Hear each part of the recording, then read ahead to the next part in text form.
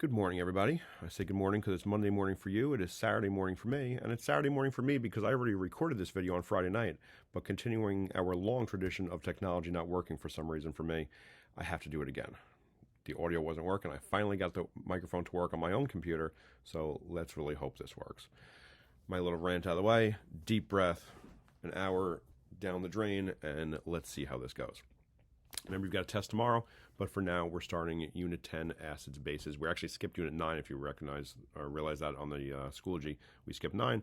We'll come back to that in a little while. Just acids and bases do fit better here. So acids and bases are things we've seen a little bit already in the last chapter. We talked about them a little bit in terms of them being electrolytes and splitting apart in water, doing that dissociation thing.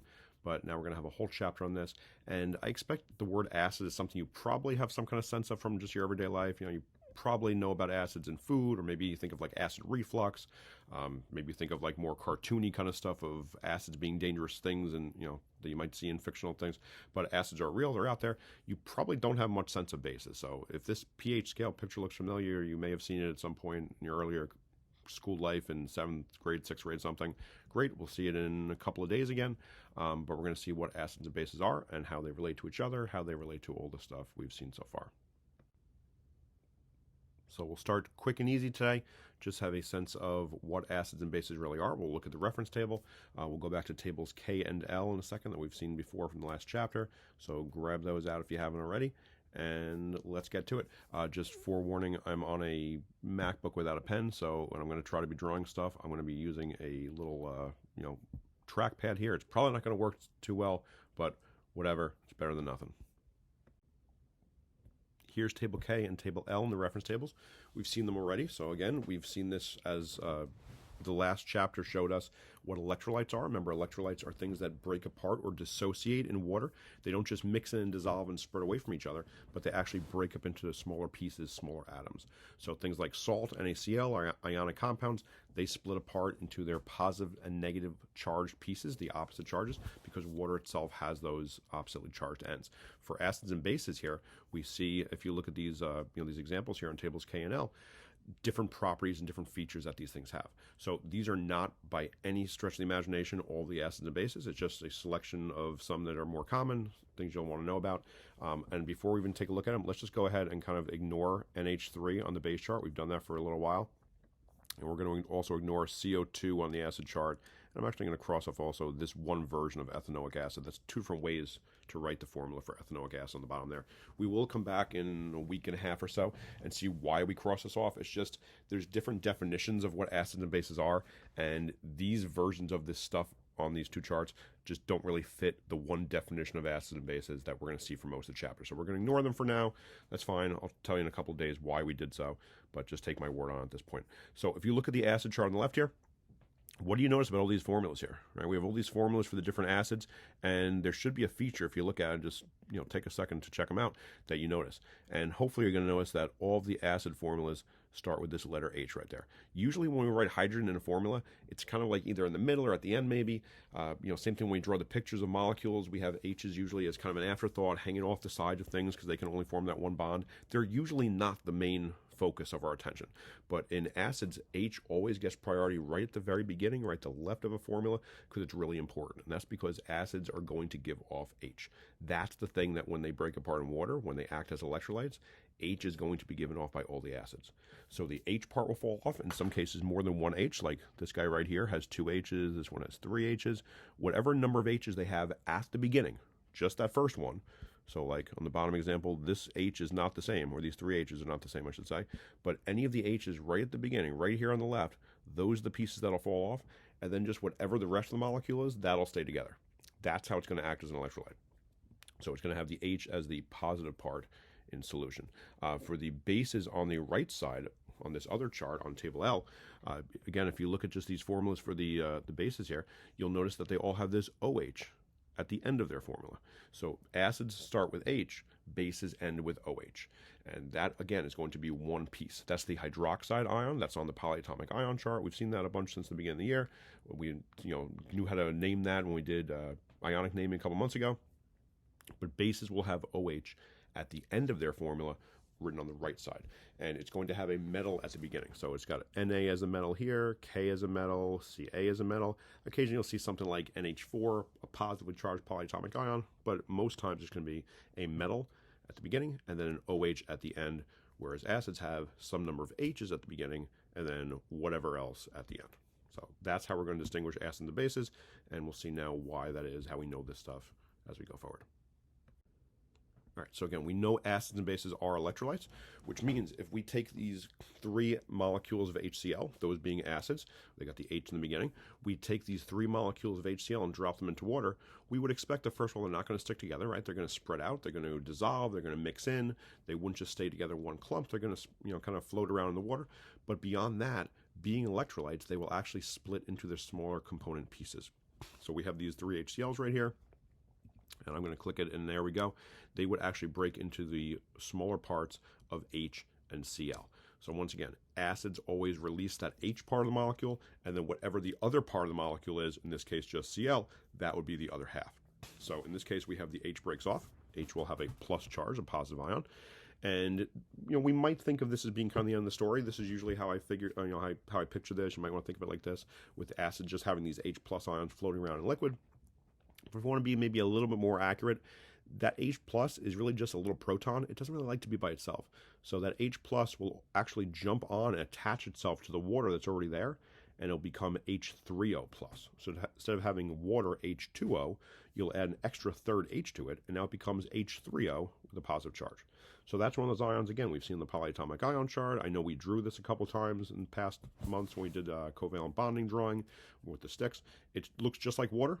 It's just got another third H on it. So that's what will happen here. So we'll see as we go to this chapter either H plus written as the thing that distinguishes something as an acid, or H3O plus. Either way, because we're usually talking about acids being dissolved in water, but those are kind of interchangeable ideas.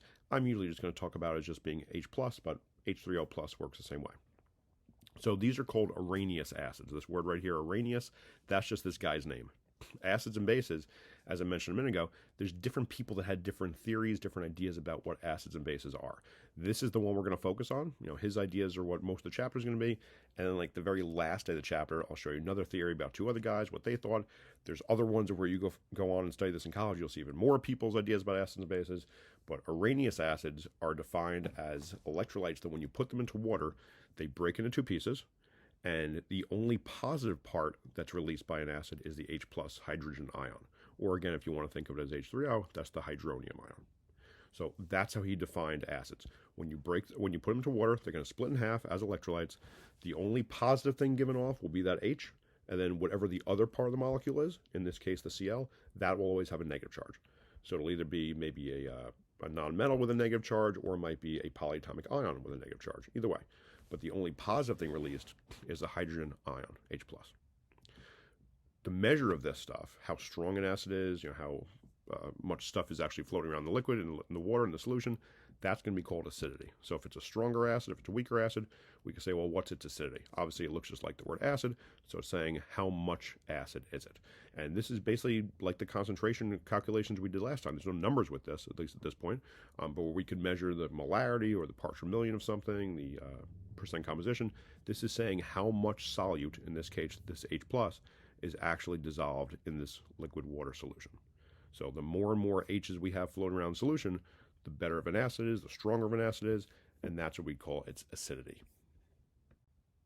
Bases generally are a little bit easier to think of because they're kind of more straight to the point, just very straightforward. Bases are also electrolytes. So here's probably the best, most common example of base you'll see, NaOH. We'll use this in a lab in a week or so.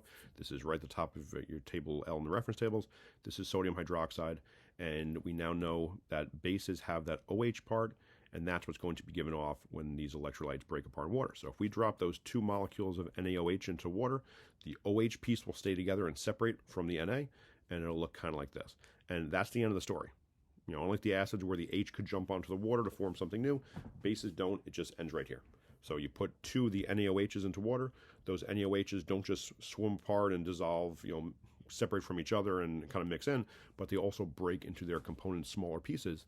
The OH separates from the Na. So once again, Arrhenius gave us a definition of this, and instead of Arrhenius acids, where it released H+ as the only positive thing, now we're going the other direction. Arrhenius bases, when they break apart, the OH will be the only negative thing that gets released, and that's called the hydroxide ion. That also is on the reference table. It's a polyatomic ion. We've seen a little bit in the past at times, but that's going to be this. Bases give off OH minus as the only negative, and then again, whatever the other half of the molecule is, in this case Na, that will always have a positive charge. So it's typically going to be some kind of positively charged metal ion, and then OH minus as the only negative half of this. So whereas for acids, we could measure the acidity of something based on how much of the H plus or H3O plus ion was floating around in the solution. For bases, sometimes you'll hear the word basicity. That's, I think, less of a common thing. Basicity is sometimes a word that's used, but more often you're going to see this word alkalinity. So if you think like alkaline batteries or alkaline water, that means it's something of a base. Maybe a little bit weaker of a base, stronger base, whatever, but it has something to do with bases. And just side note, if you're drinking alkaline water because you think it's going to help you some way, realize that even if it's a little basic to begin with, which that's debatable because when I've tested it, usually it's not, as soon as it goes in your stomach, it's hitting the acid anyway, that's going to negate any properties. So forget that, just drink regular water and you're fine. Properties of acids and bases. I want you to think of these pictures at the top when you think of acids and bases. We just need some kind of examples we can always focus on. And when you hear the word acid, you may think of foods that have acids in them. Maybe, if you have any kind of acid reflux ever, any kind of heartburn, you want to stay away from these kind of foods at times. That's this kind of thing. We know lemons have acid in them. All kind of fruits like this have acids in them. It's citric acid, if you ever hear that word. Citrus fruits have citric acid. So they have that kind of stinging. If you ever get a cut or, maybe you get something in your eye, it stings a lot. That's the acid that's in these things. So think of lemons for acids, and bases are really just kind of cleaning products. There's not really foods we think of much with bases in them, but a lot of soaps and things like that. Some are a little bit safer, some are a little more dangerous, but those are going to be good examples of bases. We know that in general, acids and bases are electrolytes. So when we put these things into water, they're going to break apart. When we talk about acids and bases, we're usually talking about some kind of aqueous solution, not just a pure acid or base molecule, but something dissolved in water. When these things react with each other, they're able to make water. And that's because, as we now know, acids, when they go into water, will release this H plus ion. And bases, when they go into water, we now know will produce this OH minus ion. Well, what do you think we get when we put H plus and OH minus together? When we combine these two things together, the H and the OH, right there, there's your water. The other part of whatever's left over will be salt, and we'll see that in a couple of days. Focusing on each type, acids have a sour taste. So not that you should be like seeking out acids to taste them, but places in your everyday life where you would find acids, like the lemons, have a sour taste. So if you ever get any kind of like sour flavored candy or drinks or anything, if it's got a sour taste to it, it's probably got citric acid. A lot of times you'll see things like Sour Patch Kids or something. They've got like a little kind of dusting of this maybe powdery stuff. That's the acid that they just kind of add on top to make it taste sour. Bases have a bitter taste. Again, if you ever have any reason to have tasted soap, you shouldn't, but if you ever get a soap in your mouth, it's going to taste bitter. It's not going to taste good. And that's your body basically telling you, this stuff's bad, don't put it in your mouth, it could hurt you. When acids react with metals, some metals will give off H plus gas, or H2 gas, I should say. Not all metals will react with acids. We'll do this in about 2 minutes. I'll show you how to figure that out. But some metals, when they react with acids, will do like a little bubbling, maybe start to dissolve a little bit. It's a type of reaction we've actually seen before, and that will give off this H2 hydrogen gas. Bases don't really have a similar reaction type, but we can know that they have a slippery feel. So again, it's kind of like soaps. Soaps have those kind of oily, slippery, weird textures to them. When we, in a couple of days, see how we can tell if something's an acid or base, there's going to be these things called indicators we use. And it's just like if you ever have a pool indicator, you can check like chlorine level, maybe a little piece of paper. You can dip it and check the pH of the pool. That's going to be this thing, and one of them is going to be called litmus. Litmus will turn red in acid or blue in base. And there's going to be a couple different chemicals. We'll do a little gizmo, we'll do a lab, and we'll see how these chemicals change color depending on the acid or base identity of whatever they're testing. And again, when we get to talk about pH in a couple of days, we'll have this nice little pH scale, a 0 to 14 scale, and the acids will have numbers less than 7, bases will have numbers greater than 7. So nice, easy number scale, and depending what the pH is, where it falls in that number line, you'll know exactly whether it's an acid or a base. All right, let's finish with the last thing. This is table J. So we just had tables K and L showing us acids and bases. This is table J, and this will be an important table we see for the next couple of chapters. as we kind of wrap up the last chunk of the year, this can be very helpful. Table J is going to show us how single replacement reactions work. So we had those different types of reactions a couple chapters ago. It was synthesis, when you put stuff together, decomposition, when you break things apart, and single replacement, where it was when one thing changes places with something else that's already in a molecule. So we had a single piece kind of swapping in for something that's already part of a compound, and that's how this will work. If a metal is going to react with an acid, it'll be by a single replacement reaction. So in these two examples here that might work, we see these examples of metals. So we've got either calcium or copper right here, and in each case they're reacting with an acid. So in the first one, it's calcium reacting with HCl, it's hydrochloric acid. We can tell because it's got that H right in the beginning there. And in the second example, it's copper being mixed with H3PO4, phosphoric acid, and it's got 3 of the H's in that structure. So each one's a metal with acid. To see whether they will react, we can use table J. They won't necessarily react. Some things you're going to put the metal in the acid, it'll do the bubbling, it'll do the dissolving, and some things you put the metal in the acid and it's just going to sit there, nothing's actually going to happen. When this would happen, if it's going to happen, it'll be this metal reacting and changing places with the H in the front part of the acid. So we want to see how this would actually take place if it's going to. To see if this will work, we look for H on table J. So right here I circled in red already, but there it says H2. That's just kind of representing the H's given off by the acid when a metal reacts with it. So table J shows us how things kind of relate to each other in terms of how they're able to react, and we'll use it for this. We want to look for this metal that's by itself that will do the replacing potentially. So we want to see where Ca is on table J compared to this H. And we want to see where Cu is on table J compared to this H. If the metal that's by itself is higher up listed on table J than the H's, that reaction will happen and the pieces will change places. They'll switch. If it's not higher than the H on table J, then it's not going to work. So for the first example, let me just erase this ink right here. We want to find Ca on table J. And we're going to look, and I see Ca is listed up here. It's about the 6th or 7th one down. As long as Ca is listed higher on table J than H, that reaction will take place and the switch, the replacement will happen. Because Ca very obviously is higher on table J than H2, then this will happen, and it's going to be C and the H's changing places. So I'm going to have the Ca right here, and it's going to combine with, it's actually these 2 Cl's. You see the 2 in the front. So it's going to be CaCl2. Don't get too bogged down by the numbers of it all. We'll see that in a couple of days. But it's the Ca now goes together with the 2 nonmetals, the Cl's, and these 2 H's that are left over, they're just going to be the other part. So it's CaCl2, and the H's are the ones that kind of get the boot and get kicked out of the molecule. That reaction took place because the metal by itself, Ca, was higher on table J than H, which is just always down here at the bottom. In the next example, we've got Cu. So once again, I'm going to look for Cu, and I see that Cu is right below H on table J, actually. So remember, the metal that's by itself has to be higher than H's for the reaction to take place. Because in this example, Cu is not higher than H on table J, then this reaction is not going to happen. So it's just not going to take place. I'm actually going to erase this ink for a second because I know I've got some things written here that'll pop up in a second once I click my button. In the first example, again, the Ca replaces the H's. It goes with the 2 chlorines, and the H's get the boot as H2. In the next example, it's not going to happen. You could either write no reaction. If you want to just write this same thing over again, you could write just Cu plus H3PO4 over again as your product. That's fine because nothing's going to change. But in any case, nothing's happening there. It's going to stay right as it is. 3 quick examples, then we're done. Same thing. We've got 3 examples of metals being mixed with some kind of acid. HNO3 has the H in the beginning, that's an acid. H2SO4 has 2 H's in the beginning, that's an acid. H2CO3 has 2 H's in the beginning, that's an acid.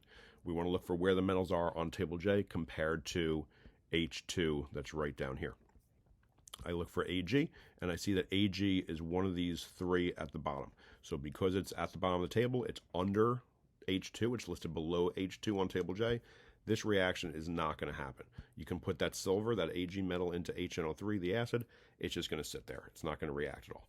Same thing for the third example at the bottom here. I noticed that Au was right at the bottom underneath Ag, so we'll do those together. Au, gold, if you drop it into this acid, H2CO3, that is not going to do anything because Au is lower than H2 on table J. Gold will just sit there.